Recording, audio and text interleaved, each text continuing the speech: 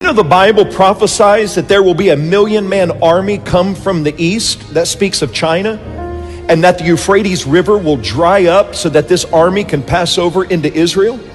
Did you know in the last few years something supernatural has taken place and the Euphrates River has dried up? Don't take my word, go home and Google it. You will see that unexplainedly the Euphrates River that has flowed forever has dried up, fulfilling biblical prophecy. What about Ezekiel 38? Ezekiel 38 talks about two countries, Gog and Magog. The Bible, before it was even in existence, prophesied Russia. Gog and Magog represents Russia and Iran. And it says at one point there will be a war break out around Israel, and Russia's enemies, Gog and Magog, will surround Israel from the north and from the south. Now it's interesting that in the last few months, Russia has entered into a treaty with Iran, just like the Bible prophesied.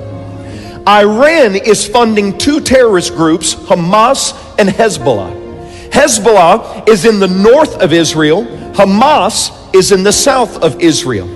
Right now, Hamas is trying to convince Hezbollah, let's attack Israel together. We've got a chance right now.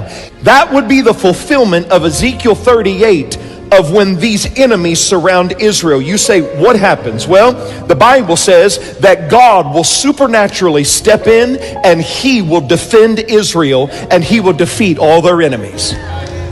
Do you realize we could be watching that happen on our TVs right now? Right now. The question is, will the rapture take place before this or just after? What we know is after God defends it, there will be a man that will rise up and he will bring peace to the Jewish people. He's the Antichrist.